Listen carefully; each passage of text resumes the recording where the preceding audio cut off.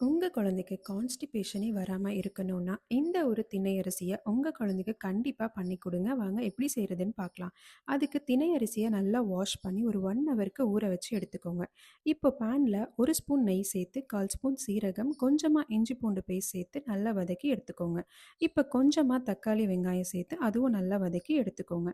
இப்போ 1 கப் போல வெஜிடபிள் சேர்த்து, அதோட 1/4 ஸ்பூன் உப்பு, மஞ்சத்தூள், பெருங்காயத்தூள் சேர்த்து எல்லாம் நல்லா கலந்து விட்டு, 1 ஸ்பூன் போல பாசிப்பருப்பு சேர்த்து, ஊற வச்ச திணை அரிசி சேர்த்து கலந்து விட்டு, ஒரு 2 கப் போல தண்ணி சேர்த்து, அதோட கொஞ்சமா கொத்தமல்லியும் சேர்த்து, ஒரு 5 விசில் விட்டு எடுத்தீங்கன்னா, இந்த அளவுக்கு நல்லா வெந்திருக்கும்.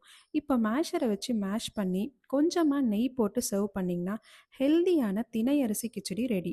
இதில அதிகப்படியான ஃபைபர்ஸ் இருக்கனால, குழந்தைங்கள கான்ஸ்டிபேஷனே இல்லாம வச்சுக்கும். இத நீங்க பிரேக்ஃபாஸ்ட், லஞ்ச் அப்படின்னு எந்த டைம் வேணாலும் குடுக்கலாம். ஈஸியா டைஜஷன் ஆயிடும். கண்டிப்பா ட்ரை பண்ணி பாருங்க.